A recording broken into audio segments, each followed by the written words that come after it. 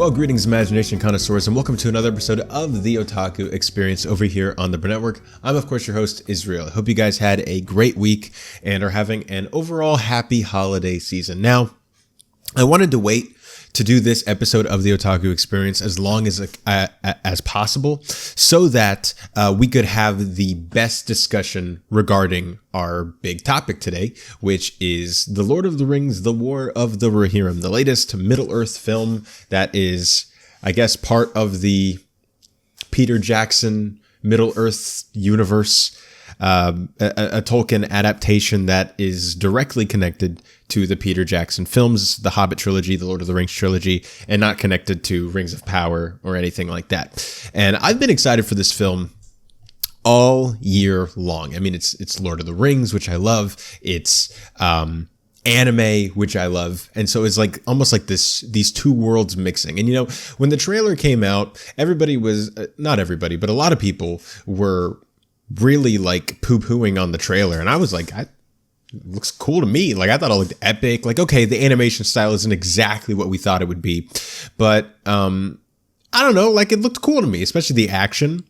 But a lot of people were like, oh no, it's over, like right when the trailer came out. And that wasn't me. And I held out hope. And then the Rotten Tomato score came out and it was at 51%. And I was like, okay, I'm holding out hope. And I went to go see Lord of the Rings, The War of the Rohirrim. And I'll just say this. I understand the 51% on Rotten Tomatoes, and I also understand the 54% on Metacritic. This film definitely has mixed thoughts from me. There's a lot of stuff I like in here. There's a lot of stuff that I don't like in here. But I will say this. For me, this might be the most, of the films, this might be the most non-Tolkien feeling of them all. And as someone who I think is really unabashedly and unashamedly like so pro artist that like I'm okay with an adaptation of something, even if I love it, being different, as long as it's what the artist who's adapting it is making it what it wants to be. I've never been, well, that's not true. I have been, but I try not to be now. As I grow up and mature and my relationship with art matures, I try to stop complaining about what something is and trying to be like, well, what if they did this? What if they, and just go, okay, this is what it is. You know, this is what the painting is over here in the Louvre. How does it make me feel? I can complain about the brush strokes they used or the colors, blah, blah. But I mean, at the end of the day, that doesn't really matter. How does this make me feel? And ultimately, this made me feel nothing. This feels like the most generic action film in the saga, if we want to like call it a giant saga. And it felt different. It didn't feel like it was tied in to those movies, which isn't really like, I guess, a good or a bad thing, I guess. But the big thing for me is that it really just rang hollow, a lot of it. And it really felt like, what is the core of this? What are you trying to get at? What is something that you so desperately wanted to convey or explore that you couldn't do it any other way other than to make a film, and you just happened to get the rights, or, you know, the director or the writers or whoever just happened to, you know, be able to adapt the story from Tolkien and tell it in this world, but still explore those themes. I don't really know. Like, it just kind of rang hollow for me. I don't necessarily dislike the film, but, you know, it's not a film that I'm going to really think about or remember. It's a film that just kind of happened. I saw it, and I don't really have any other thoughts after that. Now, I will say this. I did a double feature of this and Kraven the Hunter. I fell asleep during Kraven. Don't go see Kraven. Go see this if you're going to see one of the two. And I hope that you're one of those people who, even if, you know, it rings hollow for you like it did for me, I hope that you can still maybe have a fun time with it. And you know, maybe if this film does speak to you in a way that I didn't get anything out of it, but if you get something out of it, I hope that you have that experience. But I didn't with this film, and this film really didn't do anything for me at all. Now, I will say this: a lot of people have been complaining about. Let me see if I can find like a clip here. Okay, this will work. Like, people have been complaining about how the animation looks, and they're like, "Oh, it looks so bad," and I kind of don't know what they're talking about. Okay, I'll say this: when it's like these moments of conversation or a lot slower moments where it's more the characters have to be like, I don't want to say acting, emoting, when the characters have to emote. Those are the worst animated scenes in the movie. I don't know what the style they were going for was, but the faces were just really strange. I will say this, in the action scenes and when things are moving, it looks amazing. Like when they do shots like this or like this running scene, like that's clearly amazingly animated. And so when people are just like blanket throwing around like, oh, this movie is poorly animated, it looks ugly, blah, blah, blah. Okay, you may not like the style, but you can't deny that, especially in the action sequences in the second half of the film in particular, the film looks amazing. Even if you don't necessarily like the style, if you don't like the style, that's just like a stylistic thing, that's totally fine. But I think like objectively speaking, this was not lazy animation, which I've heard people saying, that like, oh, it's cheap animation. Oh, blah, blah. Like, okay, well then you're a goofball. And hey, I was there too. I was a goofball too at one point. I remember when I first started talking about anime on my channel, I was talking about the latest season of Sword Art Online, War of Underworld, one of like the better looking anime of that year. And I was like, oh, it looks bad. It's like, well, clearly it doesn't. Like, okay, like here, like I was looking at this and I was like, yeah, this looks bad. Like, am I like, come on, you can't take me seriously. And I just like how people couldn't take me seriously at the time. I can't take people who are complaining about the animation here seriously. I can't understand, in like the talking scenes when the characters' faces aren't really moving. They're very stiff, especially in the eyes. I can understand that, but like, it's not like lazy animation, I don't think. I don't understand that criticism at all. But, I mean, those are overall my thoughts. I don't really have any because the film didn't really leave any impact on me. Hera was great. Thighs of Thunder. Like, in my Letterboxd review, I tweeted because, Helm, her dad, obviously, Helm's Deep is named after him. But, his nickname is Helm Hammerhand because he'd be killing people with one punch. He's that strong. So Helm Hammerhand. And I was saying, yeah, and Hera Thunder Thighs, because it's ridiculous. Like I was during the film, like I was like, look at this. Like I was like I saw this with my sister, and like after the movie, I was like, were her thighs like getting progressively bigger as the movie progressed? Like her shoulders are like here, and then like you get down to her hips, and it's just like, dude. Anyway. So respect to that. That's where the priorities were with the animation. But anyway, so those are my thoughts. Overall, I am disappointed. I don't necessarily. I'm not going to be like, oh, it's a bad film. I guess for me, a bad film is a film that leaves no impact on me. Like, I know a lot of people didn't like Joker 2. I actually really found Joker 2 to be very fascinating. And even though, and I still really don't know how I feel about the stuff that happens in the movie, but I know it gave me something to think about. I thought about the film a lot, and it left an impact on me. So by that metric, like as art should, the film spoke to me on some level. Like, you know what I mean? Like, I would prefer that to a film that's just like, yeah, I guess it's fine, but left no impact on me. I'm not going to remember in a year or even like a month. You know what I mean? So yeah, I guess there's that. Truly, really disappointing. But I want to talk about the box office for the film, because the film did open, not necessarily in super wide theaters, but in a medium sized showing. Films usually, if they open wide, it's like 3,500 or more. And then if it's a limited release, it's like 1,500 or less, but this was like 2,600. So it's like a medium sized release, but it still only opened at number 5, and it opened with $4.6 million domestically. Now, this is not that great because Solo Leveling, a Solo Leveling film. I believe it was even just like a re-edited version of the season. Just came out like the other week, and I believe it opened to more than that. Like, it's crazy. Like, okay, its domestic was okay. It opened to half of that. Okay, but still. The point still stands. This is very disappointing, especially when you consider it's a Lord of the Rings film and it's an anime film. Like, I don't know what happened here. I don't know. Maybe the marketing was just really bad. Like, maybe no one knew that this was even coming out. Maybe more people than I thought just didn't like how the animation looked. They weren't a fan of the style. Maybe some people just don't want to see like maybe a lot of people just burned on Lord of the Rings. I don't know. I don't really know what the cause would be, but all I know is that this is not a good result. So if anything, this is overall bad because this could mean, Warner Brothers took a chance on this.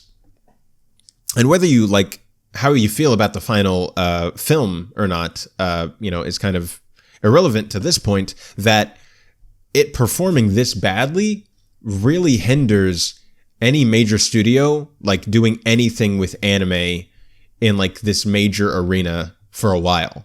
And if we get anime related stuff, it's going to be just anime stuff.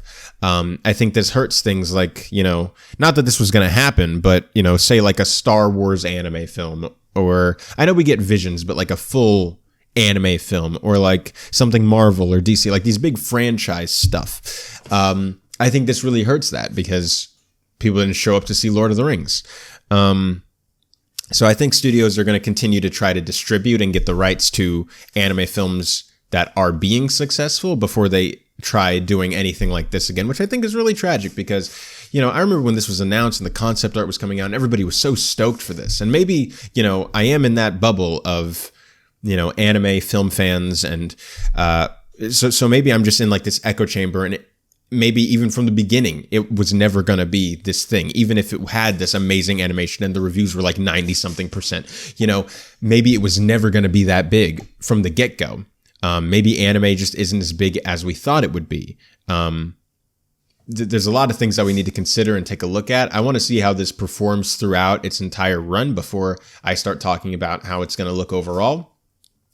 And then we'll talk about what the ramifications of that could be from there. Because, this film could perform really well outside of the U.S., but in the U.S., clearly, this film is not going to do that well. And, Sonic's coming out this week. Mufasa's coming out this week.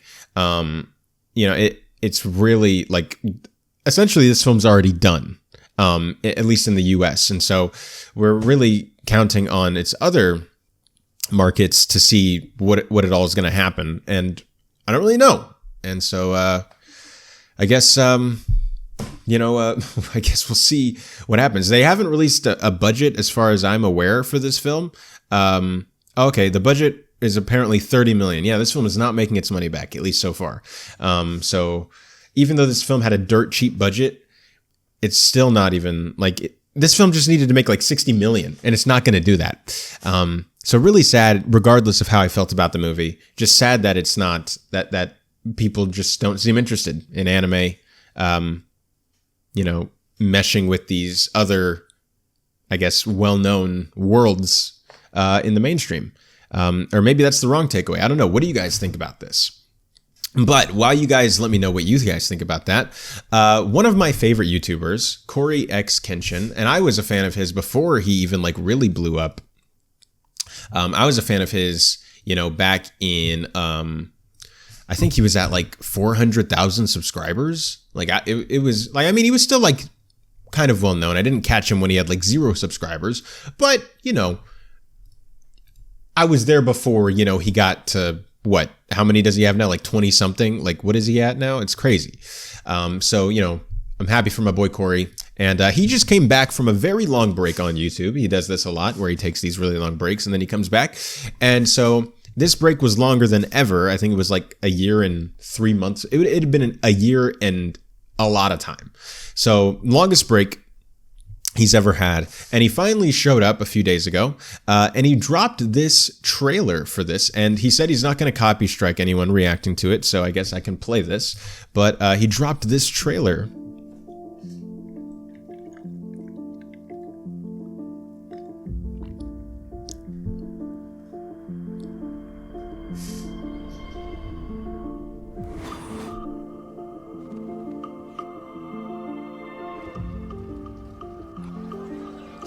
And so the first thing I'm thinking when I'm seeing this, I'm like, did he make an anime? Like, what is going on here? Is this? And then part of me got scared. I was like, is this like a freaking mobile game? And there's just like a cutscene. But part of me was like, okay, he made a freaking anime. And it kept going.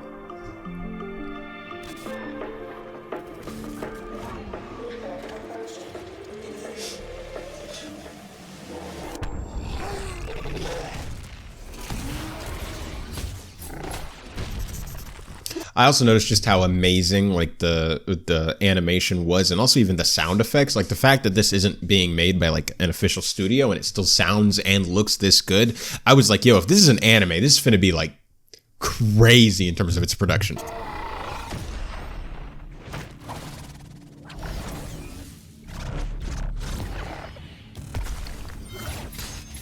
This is one of the things people are talking about, where he sees the moves before they happen. That's pretty cool.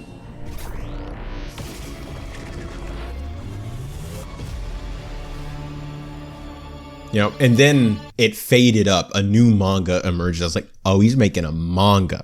And then, you know, he shows up over here at the end. And then today, just earlier today, he released this video where he's been for the past year, and he's been talking about, you know, people reacting to it and giving shout outs to people and talking about, you know, where it's selling and things like that. You know, he's selling volumes, and he's talking about like what the background will look like. You know, as someone who just like knew Cory, you know, back in middle school as just like a gamer, and seeing where he's come to now, I just can't help but be proud for him. I feel like I've spent so long with this dude that I feel like he's like a friend at this point.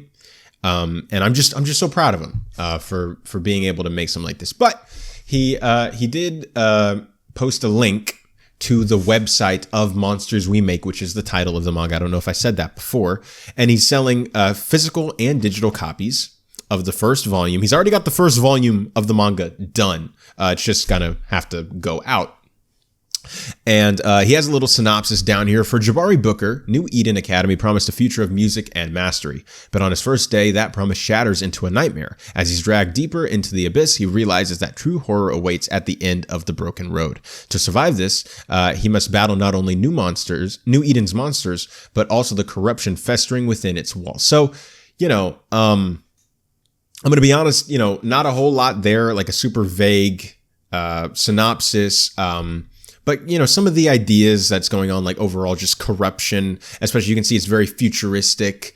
So, you know, it may be, you know, it like on its core, like some of the thematic elements might be like, this is technically supposed to be like a paradise, but it is corrupt. And then there's also a darker underbelly, not even just with the corruption, but with actual monsters and some of the themes that he's going to try to hit on there. But you know, he's got an about section. Okay, there's more. Okay, so there's more info here that I haven't seen. In the year 2114, the world hides its darkest secrets behind the glow of neon. Jabari Booker, a 17-year-old gifted musician, enters New Eden Academy expecting to refine his talents. Instead, he's plunged into a waking nightmare. The Academy, a supposed sanctuary for students born during the eternal night, is training its students for a more sinister purpose, killing monsters. Citizens, including classmates, are mutating into vicious creatures twisted by dark secrets of Sanada, a global tech giant pulling the strings. Jabari and his newfound allies are thrust into the ranks of expendable soldiers known as hounds. Together they must endure a brutal monster onslaught, expose Sanada's hidden agenda, and confront the darkness within themselves. As the line between human and monster blurs, one question haunts them: who are the real monsters? So, I mean, yeah, I mean, it sounds like, I'm going to be honest to you. Like, I was not expecting, like, the manga to sound as good as it does. I knew that Cory, like, he's always been, like, trying to do skits and stuff, so he's always gone above and beyond. So I knew it would probably have, like, cool fights and stuff, because that's just something Cory likes to do. back when I thought it was going to be an anime before the manga title emerged on the video, I was like, okay, this is going to have great animation, it's going to have great sound design, probably some dope music because Cory loves music. But I didn't realize that the core of the story was still going to have all those themes enveloped. I just didn't know Cory was that kind of guy, to make like a statement through that kind of work. I thought maybe it'd just be more of a fun, entertaining read rather than something that actually makes you think about some of the things going on even in our own world today. But you can hit the read button and you can buy a copy, or you can read the sample. He also talks about it in his video. He tries to sell people on it, obviously being like, hey, this is what it's about. Here's people that are working on it. He's already expressed his desire for this to be picked up by a studio and be turned into an anime, which, I mean, dude, you got to keep the guys who are working on this a part of it, so that way it keeps that look, because I really like that look. Yeah, and then over here in the extra, like it looks like there's some art you can download, and just hyping it up. And I forget when it fully goes live. I believe I saw a release date earlier on like the trailer. Hold up. Okay, here we go. So on the trailer there was a release date over here. December, what is that, 10th? I can't read that. I think that 16th. Okay, that's today. Okay, so that's the video. So it's dropped today. Okay, so it is out, and you can, I thought it was pre-order, but it looks like it's now out and you can officially buy it and it'll send out. But yeah, so I mean, I'm proud of him. Announcement. We'll see, what happens with it. I'll probably get a digital copy rather than a physical. And then I might even give my thoughts on here whenever that comes out, and we can talk about it some more. But yeah, I mean, with the influence he has, I wouldn't be surprised if it's not too long before a studio reaches out and is like, hey, even behind the scenes, I bet some studios have already like expressed interest behind the scenes without actually being like, we want to fully do this, but just like, hey, what's going on? Like, hey, we think this looks interesting. We know you have a pre-existing audience. Let us know how the sales go, and make sure we're your first call, when the results start coming in, and we can talk to you about that. But anyway, I thought that was really cool. Super proud of Cory, and I'm glad he's back. Just super happy for him. As someone who's made like a feature documentary, I definitely know what it feels like when you spend that long working on something. For me, it was 2 years, and then just releasing it to the public just to see what people think of it. It's just like, it's terrifying. It's terrifying. And, but it looks like it's going really well for him. So I wish him all the success in the world. And I am really proud of him for that. But speaking of announcements, Crunchyroll, one of our most mixed bag people companies, topics, ideas. Is Crunchyroll just a concept? That we talk about on the Otaku Experience pretty regularly, for good and for bad. They're constantly being talked about, and you know how I feel about this. I am a fan of Crunchyroll, and when I say that, it means I want what's best for them, and I want them to succeed, because if they succeed with the power and influence that they have, it means the overall anime industry and anime community has a better chance of succeeding. And when they mess up, the ramifications follow for everybody else, like I just said. So they have announced something that I've been asking for a while now, some fixes to their Crunchyroll Anime Awards for the 2025 Anime Awards season, and also some goofy stuff, but overall, I am happy with this update. And this is on CBR, where they say the 9th annual Crunchyroll Anime Awards will return to Tokyo, Japan on May 25th, 2025. The announcement was made at the Comic-Con Experience, Sao Paulo 2024 in Brazil, with Crunchyroll revealing the date, location, and guests, and more for its awards show. Yada, yada, yada. So voting begins on April 3rd, and the awards night is May 25th. I feel like this is way farther, down than where it usually is. I feel like this should be, usually it's in March or something. Am I wrong about that? Or April? Like, why is it so late this year? You know what it might be? They might talk about it down here. So the eligibility period is different now. which we'll talk about in a second. But that could affect why they're pushing it off so much. They want to make sure everybody finishes, what airs at the end of this year before. But I don't know. It just still seems so then we're like midway into next year before the awards happen. Like, that's crazy to me. Like, that's almost June. That's crazy. Anyway, so they have some graphics here. It's new eligibility period. The Crunchyroll Anime Awards will expand the eligibility period to encompass the full calendar year. Thank you. And nobody liked the decision they made. I think it was a year or two ago, where they're like, actually, we're just going to do, fall from, we're going to do every season, including fall from the previous year, but not the fall season that just ended before the awards. And then you had to wait the entire next year before anything that aired in that fall season was even eligible. And it was just crazy. It was ridiculous. It meant you remember when was it Jujutsu Kaisen or something? There was one show that just showed up the next year and everybody was like, I totally forgot about that because that aired back in 2022 and now it's, eligible for the 2024 awards. It was crazy. I had to get a drink, sorry. So to support this new window, the 2025 awards eligibility runs from October 1st, 2023 to December 31st, 2024 to make sure they get that fall season in there. And then after that, I assume it'll just become the season, in future awards. Revised schedule, judging starts January 2025, followed by fan voting on April 3rd through the 14th. Then we have some guests and some presenters, our hosts, and there's that. So I really do like these changes, but they also have announced some new categories, including Best Isekai, trash, Best Hindi Voice Artist, Fan Favorites categories, Best Opening Sequence, and Best Main Character will return. I like Opening Sequence returning. I don't really care about the character one.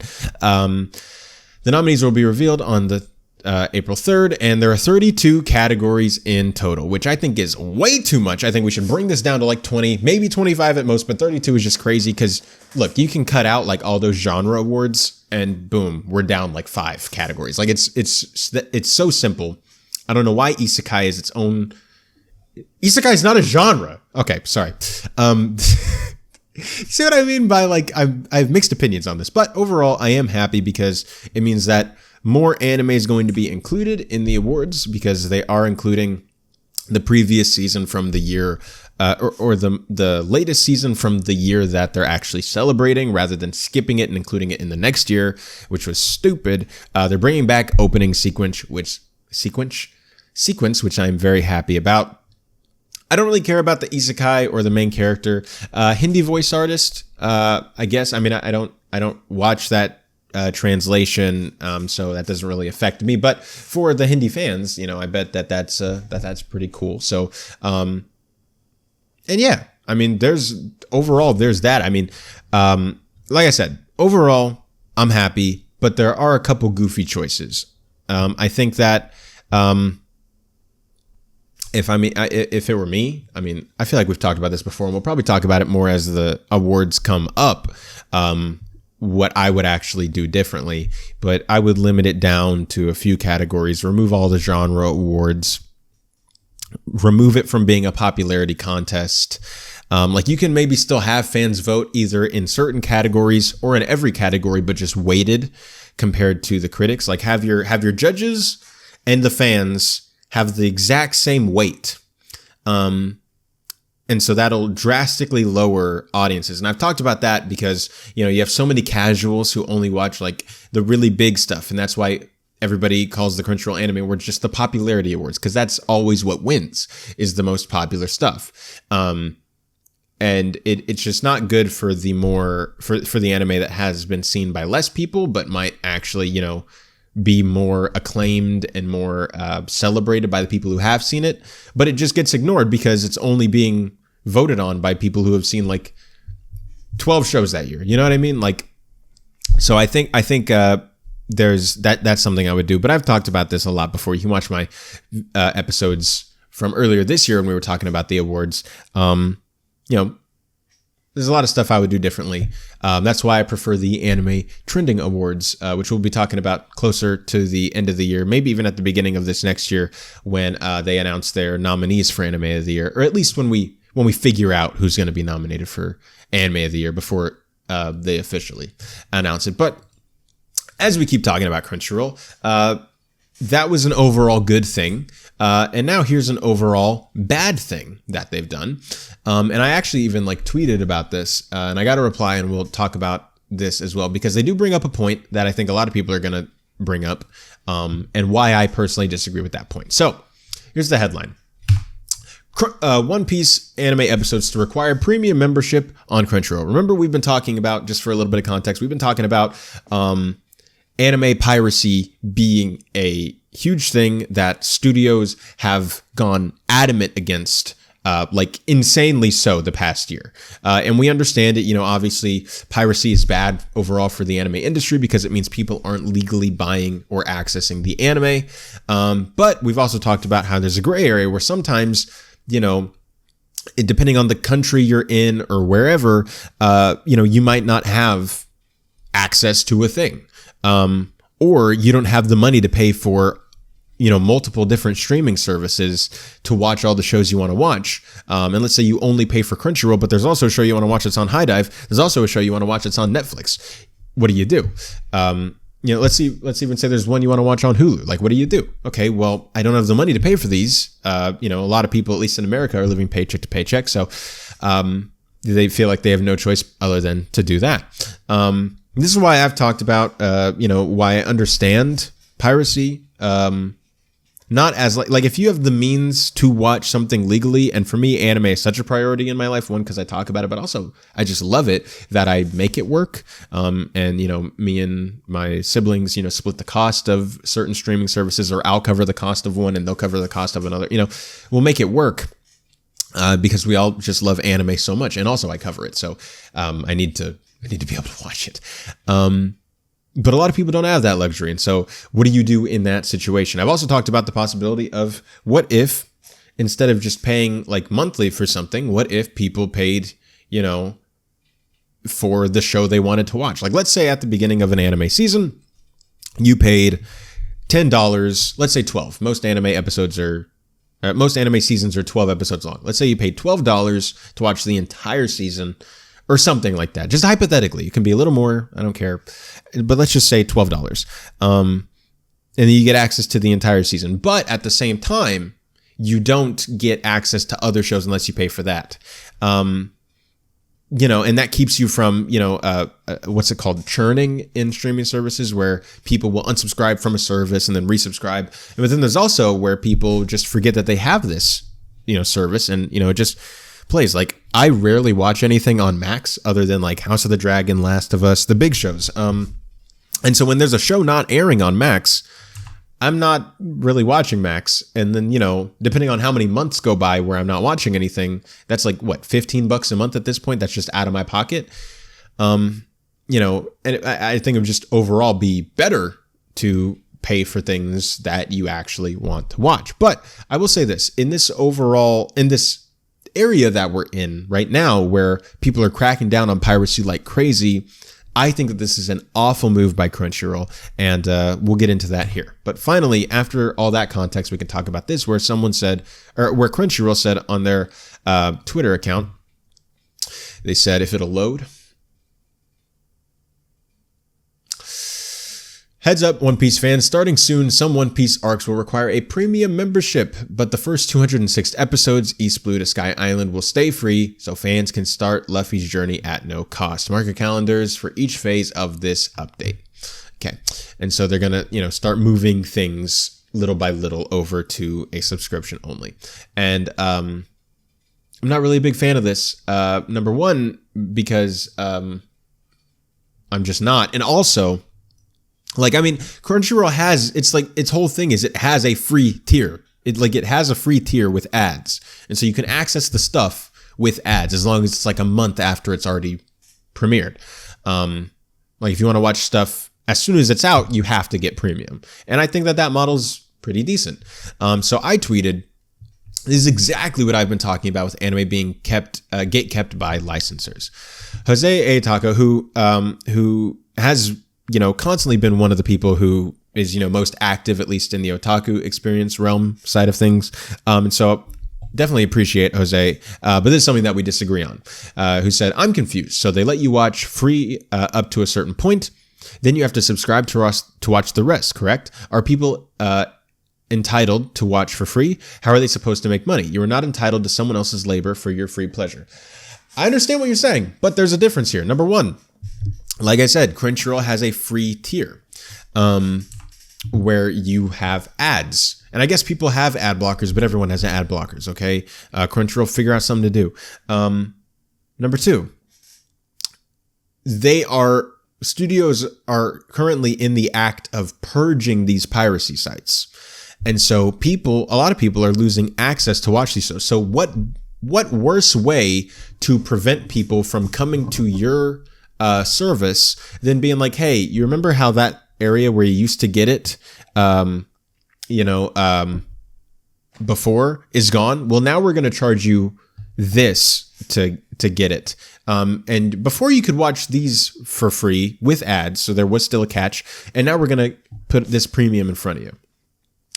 I think that at least at this time, this is like the worst time to do it, like in the midst of all this crackdown. And we'll talk about more piracy crackdowns later on in this episode. But I think what Crunchyroll should be doing is, hey, all you people that are, have been pirating because you feel like you have no other option, and now all these piracy sites are being taken away from you and you're worried about not being able to watch anime. Well, look, Crunchyroll has a free tier. You'll have to watch some ads, like 2 or 3 per episode, but you get all these shows for free. And Crunchyroll still gets paid by people putting ads on the episodes, and the audience still gets to watch the episodes for free.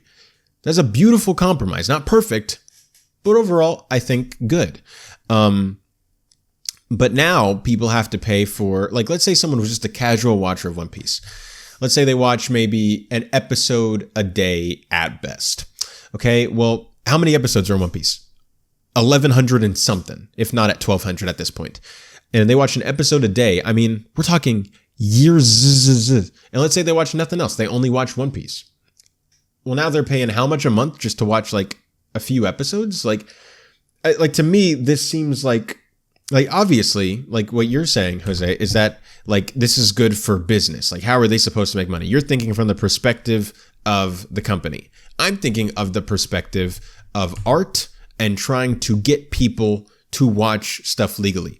Currently, what Crunchyroll is doing, in my opinion, is all these studios are removing all these piracy sites, and what they're doing is they're continuing to make it harder for people to get in to watch anime legally. Which is like the worst thing you should do. If anything, you should be making it easier right now. And then once all the piracy stuff has settled down, and let's say in like some fantasy world this isn't going to happen, but let's just say where like it's just not really a problem anymore. Very little people, if at all, are watching illegally.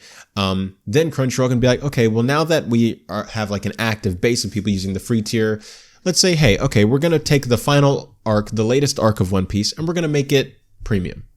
Okay. Then, like 6 months later, we're going to take the next arc, make that premium, and slowly move it up. Or, and like I've said before, offer an option where you want to just buy One Piece, bro. Okay. Here you go. You can buy the entire series for $100 or something like that. I don't know.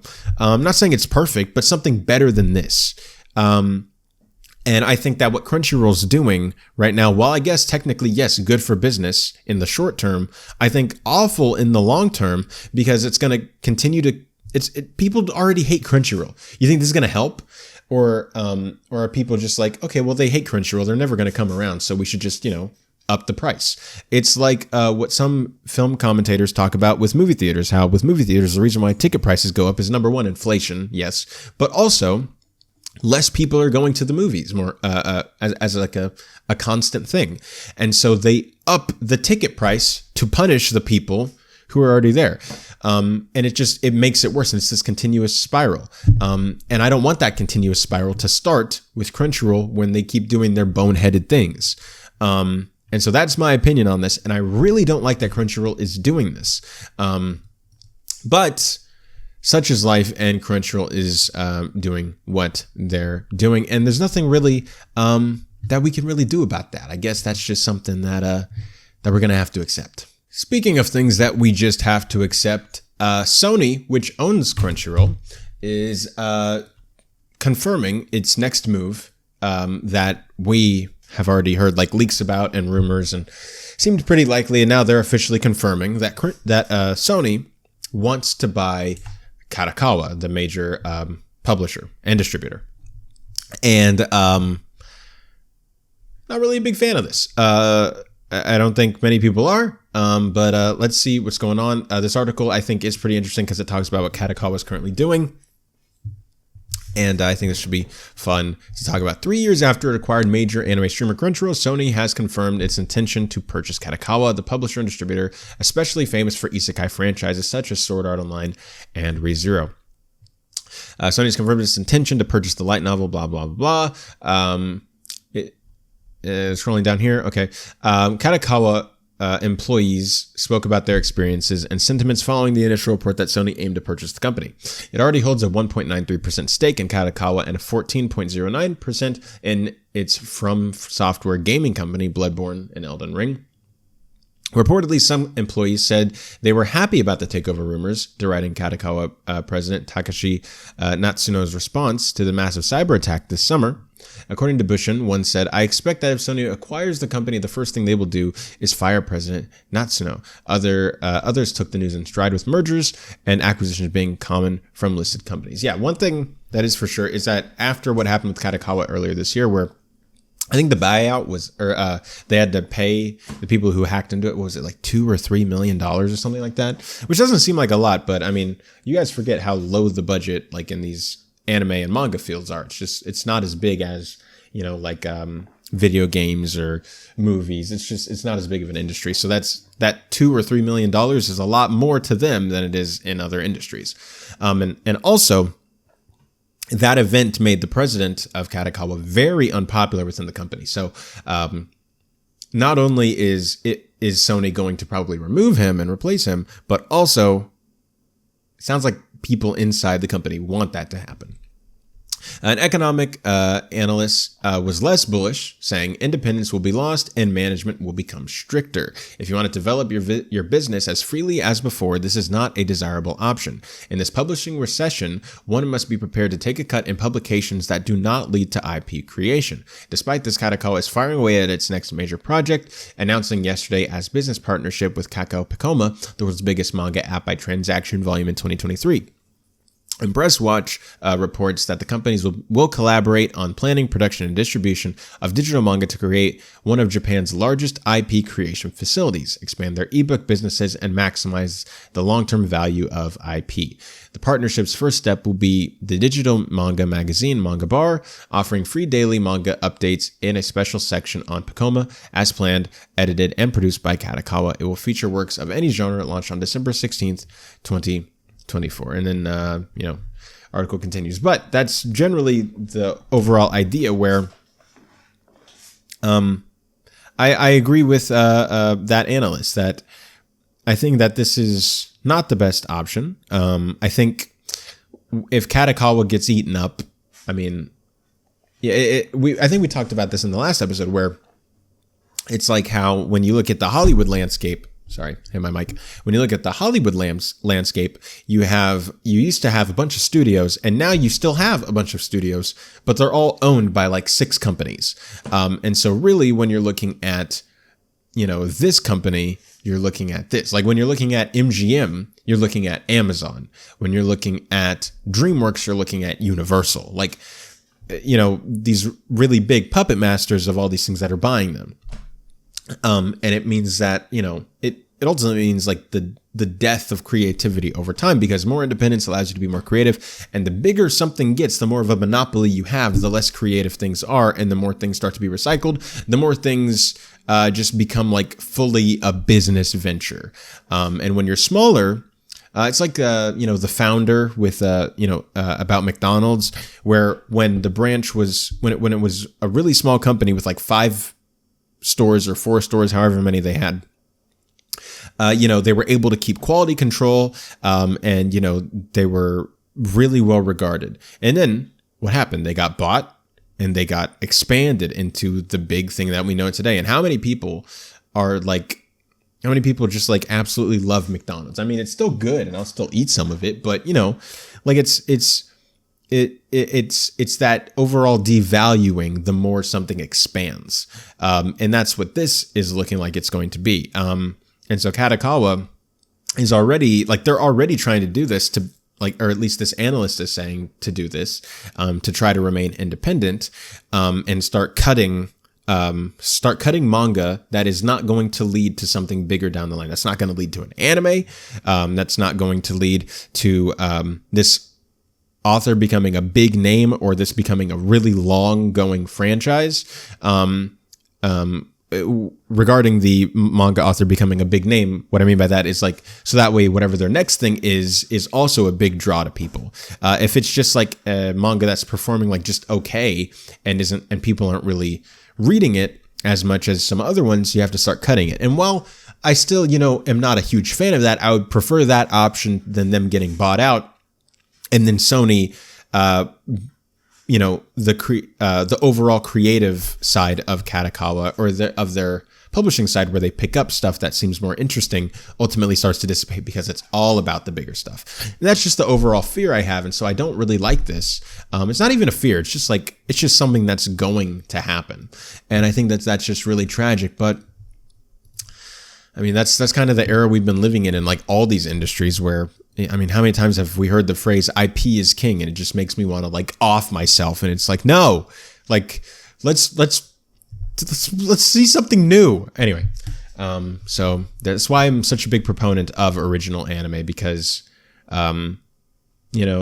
it never happens. And when it does happen, it usually just gets completely ignored because it doesn't have that name recognition. And it's tragic, but that's the world we live in, where not only do people not want to experience new things, studios know this, and so they don't make new things for people to even take a chance on. And so it's just this never-ending spiral of just, it's almost like parody at this point. But anyway, just sucks and makes me totally unhappy. We were talking earlier about anime piracy sites being shut down and how Crunchyroll is taking this opportunity to make it harder for people to start watching things legally by gatekeeping one of the most popular shows of all time, even though they literally have a free tier and they have had a free tier for years. But as the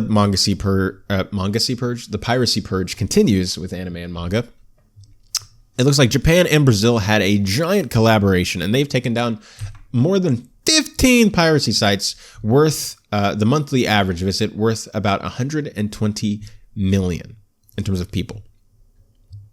And so it's just like, that's a lot. So Japan's Content Overseas Distribution Association, or CODA, announced that it had orchestrated the shutdown of 15 anime piracy sites in Brazil. The sites had evaded detection previously through measures like geo-blocking, Japanese IP addresses, making revenue through advertisements to primarily Portuguese-speaking anime fans. CODA acted on behalf of complaints by Toei Animation and Bandai Namco Filmworks. CODA doesn't list all 15 sites, but says they averaged 7.9 million monthly visits from August to October 2024, or a monthly combined figure of about 120 million over that period. And so then, the same news that we always get, there's like a big memo on the site that says this site has been shut down, blah, blah.